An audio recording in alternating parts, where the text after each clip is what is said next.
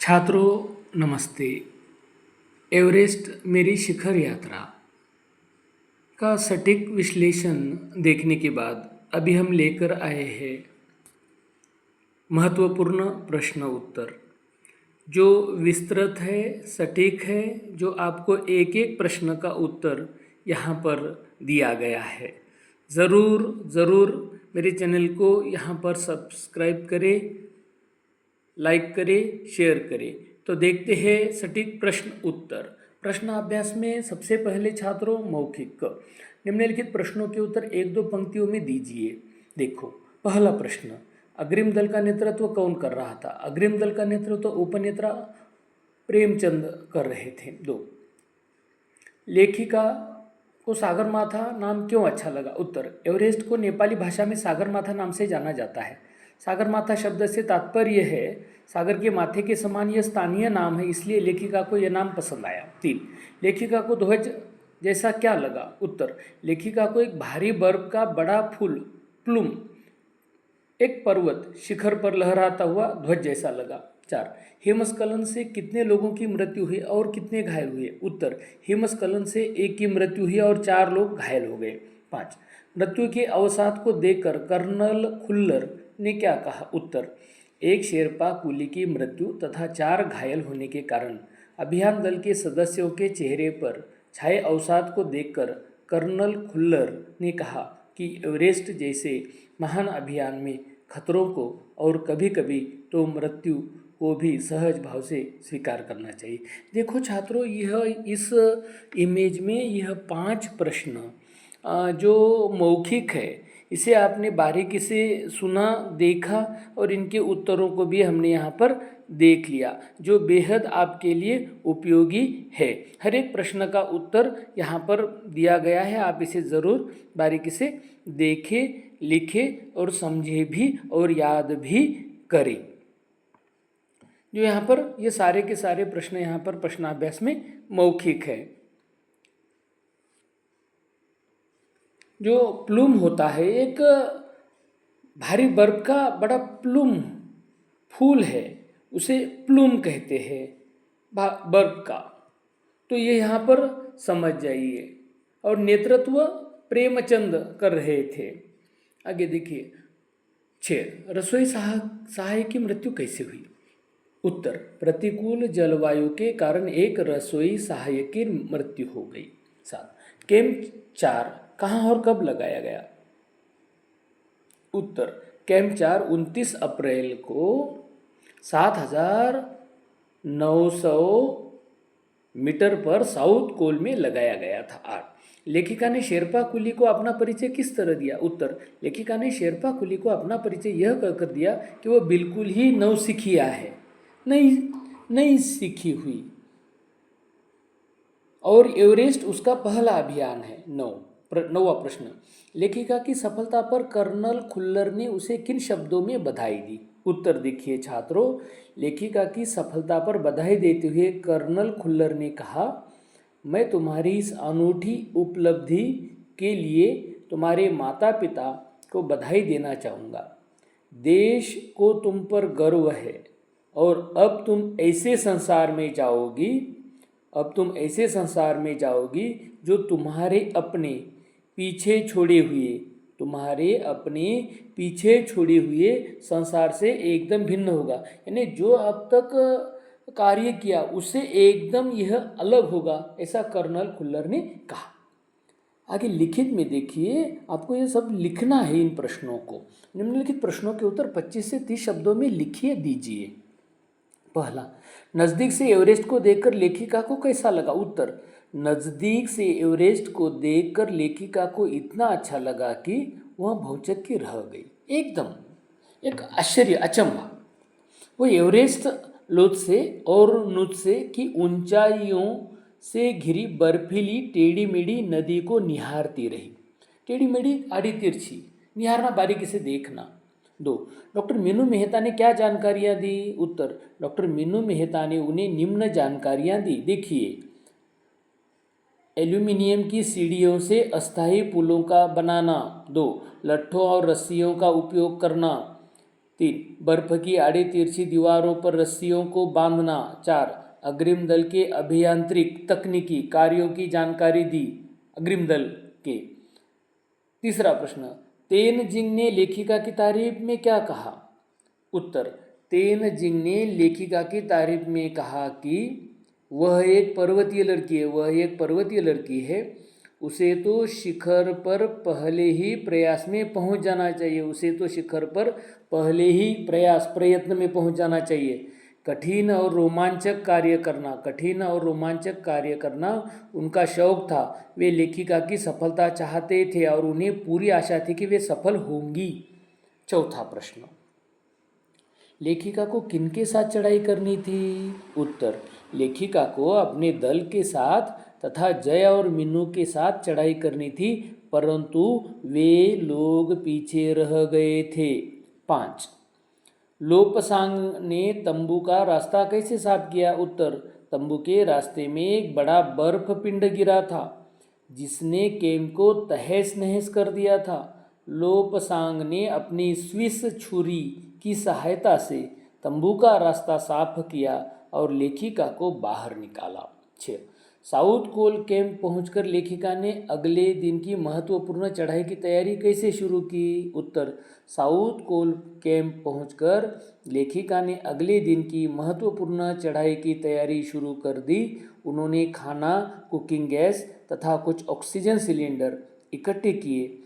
अपने दल के दूसरे सदस्यों को मदद करने के लिए एक थर्मस में जूस और दूसरे में चाय भरने के लिए नीचे उतर गई. देखो, आगे चढ़ाई करने के बाद भी लेखिका वहाँ पर नीचे उतरकर उन्हें सहायता की और वह फिर आगे बढ़ने के लिए तैयार हुई. यानी इसमें बचेंद्री जी का जो यहाँ पर बहुत बड़ा साहस दिखाई देता है, इन प्रश्नों के उत्तरों को देखने के बाद पता चलता है. निम्नलिखित प्रश्नों के उत्तर 50 से 60 शब्दों में लिखिए. पहला प्रश्न देखिए छात्रों, उपनेता प्रेमचंद ने किन स्थितियों से अवगत कराया? देखिए कौन सी बातें बताई. उत्तर, उपनेता प्रेमचंद ने अभियान दल के सदस्यों को निम्न परिस्थितियों से अवगत कराया, ज्ञात कराया. पहली बड़ी बाधा खुम्भ हिमपात की स्थिति से अवगत कराया. उन्होंने यह भी बताया कि उनके दल ने कैंप 6000 मीटर जो हिमपात के ठीक ऊपर है वहाँ तक का रास्ता साफ कर दिया. 2. यह भी बताया कि पुल बना दिया गया है, रस्सियाँ बांध दी गई है तथा झंडियों से रास्ते को चिन्हित कर दिया, अंकित चिन्ह लगाए गए हैं. अगला, बड़ी कठिनाइयों का जायजा ले लिया गया है. अगला, ग्लेशियर बर्फ की नदी है और बर्फ का गिरना जारी है. हालांकि हिमपात अधिक हो गया तो अभी तक किए गए सारे काम व्यर्थ हो सकते हैं. हमें रास्ते खोलने का काम दोबारा भी करना पड़ सकता है. आगे देखिए प्रश्न, हिमपात किस तरह होता है और उससे क्या क्या परिवर्तन आते हैं? देखो हिमपात. उत्तर, बर्फ के खंडों का अव्यवस्थित ढंग से गिरने को हिमपात कहते. अव्यवस्थित कैसे भी? आड़े तिरछे बर्फ एकदम, जब थोड़ा पिघल गया तो बहुत बर्फ ज़्यादा गिर सकता है, हिमपात कहा जाता है. ग्लेशियर के बहने से अक्सर बर्फ में हलचल मच जाती है. इससे बर्फ की बड़ी बड़ी चट्टानें तत्काल गिर जाया करती है. अन्य कारणों से भी अचानक खतरनाक स्थिति उत्पन्न हो जाती है. इससे धरातल पर बड़ी चौड़ी दरारें पड़ जाती है.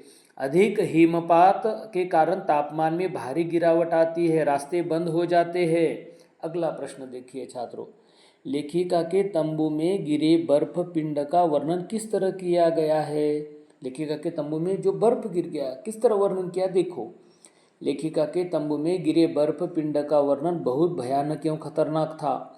लेखिका गहरी नींद में सोई थी कि रात 12:30 बजे एक सख्त चीज लेखिका के सिर के पिछले हिस्से से टकराई और वो जाग गई.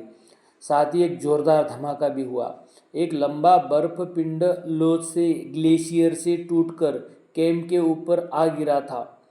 उसमें अनेक हिमखंडों का पुंज था.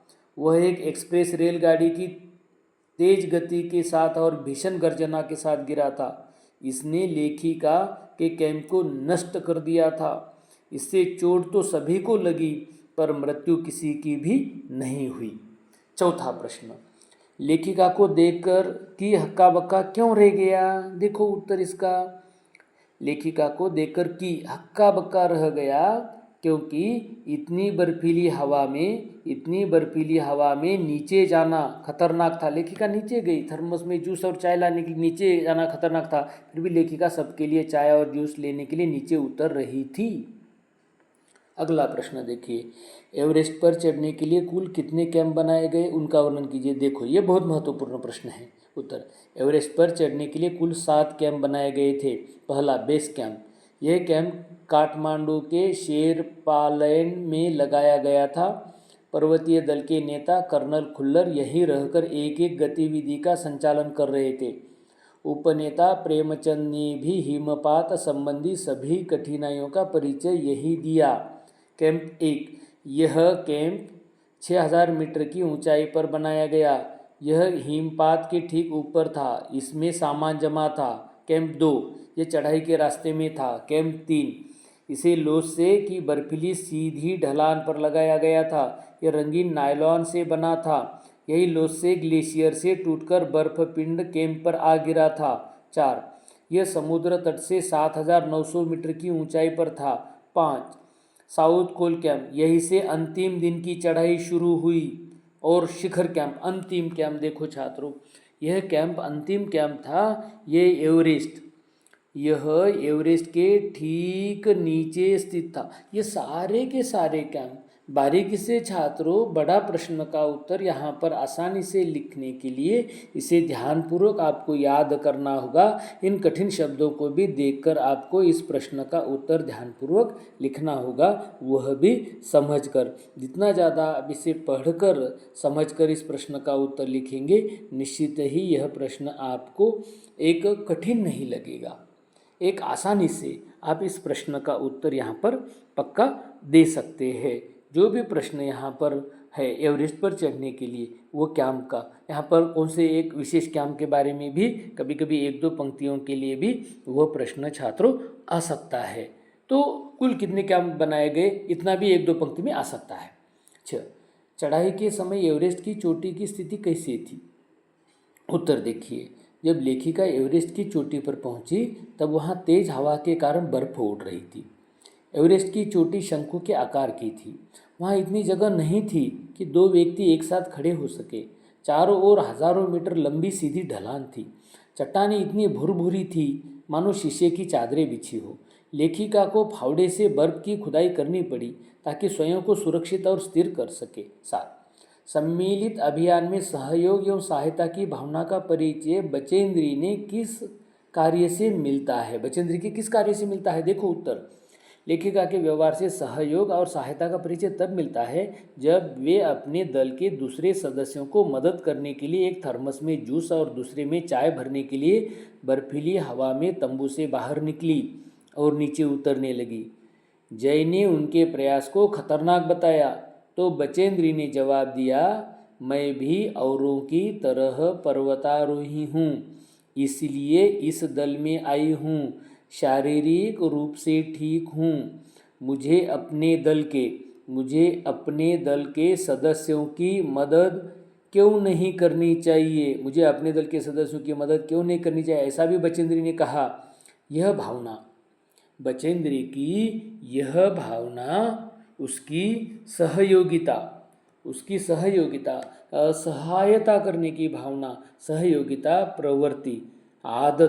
प्रवृत्ति को दर्शाती है, जो निश्चित ही एक पर्वतारोही के लिए बेहद आवश्यक ऐसी प्रवृत्ति होती है, जो सबको साथ लेकर चलना। इसे भी जोड़कर आप प्रश्न को और अच्छी तरह से इसे और सुंदर लिखावट के साथ अच्छा बना सकते हैं, ताकि इन प्रश्नों के उत्तर आप सटीक वहाँ पर दे सके। यही भी यहाँ पर दोनों भी प्रश्न आप इन्हें बारीकी से देखें, समझें तथा लिखें भी।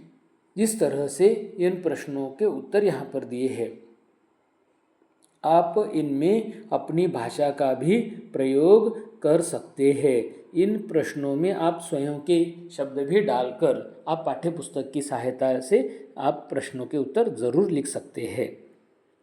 आगे देखिए, निम्नलिखित के आशय स्पष्ट कीजिए। पहला, एवरेस्ट जैसे महान अभियान में खतरों को और कभी कभी तो मृत्यु भी आदमी को सहज भाव से स्वीकार करनी चाहिए। उत्तर, यह कथन अभियान दल के नेता कर्नल खुल्लर का है। उन्होंने शेरपा कुली की मृत्यु के समाचार के बाद कहा था। उन्होंने सदस्यों के उत्साहवर्धन करते हुए अभियान के दौरान होने वाली दुर्घटनाओं को वास्तविकता से परिचित करना चाहा। एवरेस्ट की चढ़ाई कोई आसान काम नहीं है। यह जोखिम भरा अभियान होता है। यदि ऐसा कठिन कार्य करते हुए मृत्यु भी हो जाए तो उसे स्वाभाविक घटना के रूप में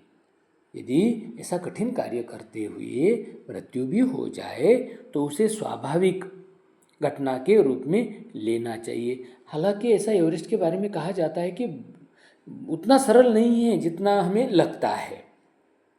2, सीधे धरातल पर दरार पड़ने का विचार और इस दरार का गहरे चौड़े हिम विदर में बदल जाने का मात्र ख्याल ही बहुत डरावना था।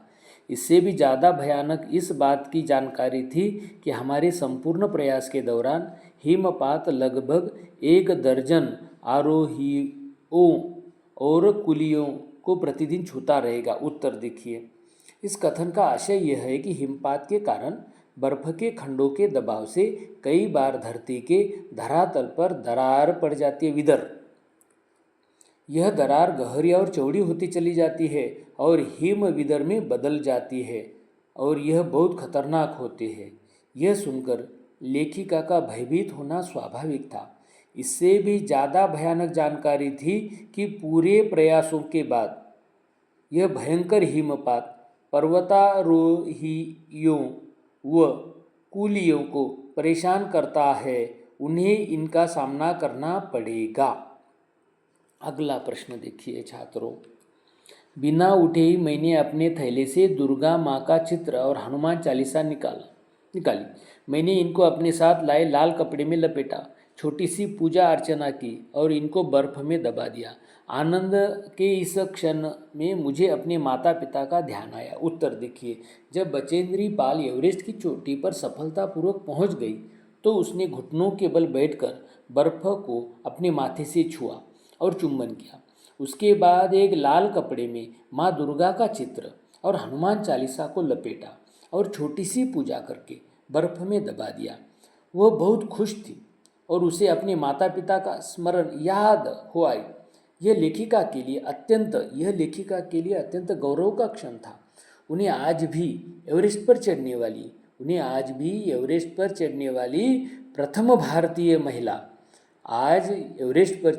प्रथम भारतीय महिला के रूप में पहचाना जाना जाता है।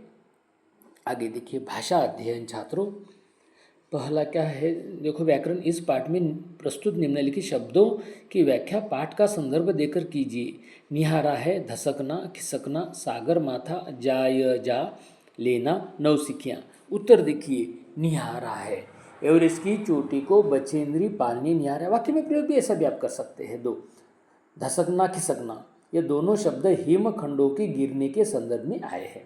3, सागर माथा। नेपाली लोग या नेपाली में एवरेस्ट चोटी को सागर माथा कहते हैं। वास्तव में सही है, जनरल नॉलेज में भी यह प्रश्न आता है। 4, जायजा लेना।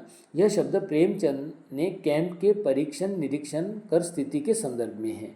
5, बारे में प्रयुक्त, जांच के लिए हुआ है और यह जांच के लिए हुआ है। 6, नौसिखिया। बचेंद्री पाल ने तेनजिंग को अपना परिचय देते हुए नौसिखिया शब्द प्रयोग किया था। नहीं, नौसिखिया यानी अभी जो नया सीख रहा है या जो अभी नया सीखा है। इस प्रकार छात्रों, जब कभी कुछ कठिन अर्थ वाले शब्द लगते हैं तो उनका आप वाक्य में प्रयोग करके देखिए, ताकि आपको ये भाषा अध्ययन समझने में भी सहायता होगी। आप ज़रूर इसे लिखिए, ध्यानपूर्वक लिखिए, पढ़िए भी, जिस प्रकार इसमें कुछ प्रश्न भी आपको निकल आए।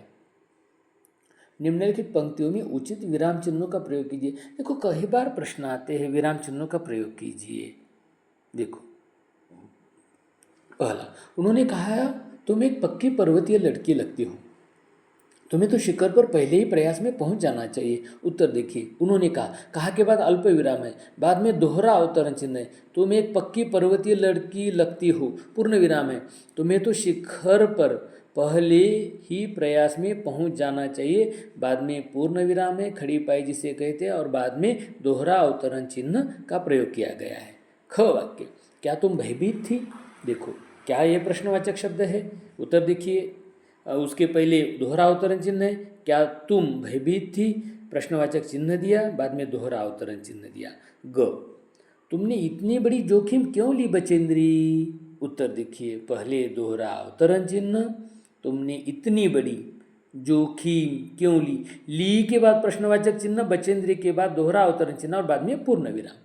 तो नीचे दिए गए उदाहरण के अनुसार निम्नलिखित शब्द युग्मों का वाक्य में प्रयोग कीजिए। देखो जो शब्द युग्म दिया आपके पाठ्य पुस्तक में, युग्म शब्द योजक चिन्ह 2 शब्द में होता है, वह युग्म शब्द। उदाहरण हमारे पास एक वाकी टाकी था, एक वाकी टाकी दोनों के बीच में जो योजक चिन्ह है, संयोग चिन्ह भी उसे कहते हैं, और ये अर्थ वाले निरर्थक दोनों एक समान, ऐसा युग्म शब्द की परिभाषा में आपने देखा है या देखेंगे भी। पहला टेढ़ी मेढ़ी, उनका वाक्य में प्रयोग, उनके घर के रास्ते में टेढ़ी मेढ़ी पगडंडियाँ हैं। 2, गहरे चौड़े, चौराहे के गहरे चौड़े नालों में हमेशा पानी भरा रहता है। तीसरा, आसपास, उनका घर यही आसपास है। 4, हक्का बक्का, मशहूर क्रिकेटर को पार्टी में देखकर मैं हक्का बक्का रह गया, एकदम आश्चर्य हो गया। 5, इधर उधर, उत्तर, शिक्षक का ध्यान हटते ही बच्चे इधर उधर भागने लगे। 6, लंबे चौड़े, उत्तर देखिए, रास्ते में लंबे चौड़े सांप को देखकर मेरी घी बंध गई। यानी इसके अलावा जो आपके पाठ्य पुस्तक में युग्म शब्द है, ये तो 6 यहाँ पर, इसके अलावा जो युग्म शब्द है उन्हें आप स्वयं अध्ययन के लिए आपके काफी में लिखिए, काफी में लिखकर इनका वाक्य में प्रयोग कीजिए, ताकि आपकी पूरक पढ़ाई युग्म शब्दों की हो। अभी यहाँ पर विलोम भी दिए हैं और उपसर्ग वाले भी शब्द दिए गए हैं, देखिए यहाँ पर। तो उदाहरण के अनुसार विलोम शब्द बनाइए। उदाहरण दिया है अनुकूल प्रतिकूल, पहला नियमित अनियमित, दूसरा आरोही अवरोही, तीसरा सुंदर कुरूप, कुरूप यानी भद्दा, 4 विख्यात कुख्यात, 5 निश्चित अनिश्चित। निम्नलिखित शब्दों के उपसर्ग, उपयुक्त उपसर्ग लगाइए, यानी जो उपसर्ग, जो पहले उपसर्ग दिया है वो वहाँ पर शब्द दिया है और बाद में उपसर्ग लगाकर शब्द बनाया गया है। देखो पुत्र सुपुत्र उदाहरण है, तो वास प्रवास, वास को प्र लगा। 2, व्यवस्थित, व्यवस्थित को सु लगाया, सुव्यवस्थित। 3 का कुल प्रतिकूल अनुकूल, 2 उपसर्ग लगे, प्रति और अनु। 4, गति, गति को प्रगति, प्र उपसर्ग लगा है। 5, रोहन, रोहन को आरोहण, आ उपसर्ग लगा है। 6, रक्षित, रक्षित को उपसर्ग आ लगा है, आरक्षित। इस प्रकार के अभी हम चर्चा कर रहे थे, इस प्रकार के जो जो शब्द आपको है जहाँ पर आप उपसर्ग लगा सकते हैं वह भी आप स्वयं अध्ययन के लिए लिखिए, इस प्रकार के शब्द। तो देखिए निम्नलिखित क्रिया विशेषणों का उचित प्रयोग करते हुए रिक्त स्थानों की पूर्ति कीजिए। जो शब्द सरल भाषा में जो शब्द दिए गए उनका भी वाक्य में प्रयोग कीजिए, जो यहाँ पर आपको आसान भाषा में दिए गए हैं। तो देखते हैं शब्द कौन कौन से दिए हैं। अगले दिन, कम समय में, कुछ देर बाद, कार्य के। पहला, मैं सुबह तक यह कार्य कर लूँगा। यहाँ पर देखो वो वाक्य जो शब्द दिया गया है उसे अधोरेखित हमने किया है। ख, बादल घिरने के कुछ देर बाद ही वर्षा हो गई, बादल घिरने कुछ देर बाद अधोरेखित किया है। 3, उसने बहुत कम समय में इतनी तरक्की कर ली। देखो कम समय में उसे अधोरेखित किया और वो शब्द दिया है, उनका वाक्य में प्रयोग। 4, नाड़केसा को अगले दिन गांव जाना था, तो अगले दिन यानी दूसरे दिन। तो ये सरल भाषा में जो शब्द दिए गए हैं क्रिया विशेषण के अव्यय के, या जो शब्द कठिन है उनका वाक्य में प्रयोग। इस प्रकार आपको मुहावरा हो, कुछ शब्दों का प्रयोग हो वाक्य में करने के लिए, वो निश्चित दिया जाता है। तो निश्चित आपकी वाक्य रचना इससे अच्छी होगी। इनका भी आप छात्रों कुछ शब्दों का वाक्य में प्रयोग कीजिए। छात्रों, हमने यहाँ पर सटीक विश्लेषण, प्रश्न एवं उत्तर जो महत्वपूर्ण है आपके लिए वो हमने देख लिए। निश्चित मेरे चैनल पर आप नए हैं, अभी अभी आए तो ज़रूर मेरे चैनल को सब्सक्राइब कीजिए, लाइक कीजिए, शेयर कीजिए। मिलते हैं, धन्यवाद।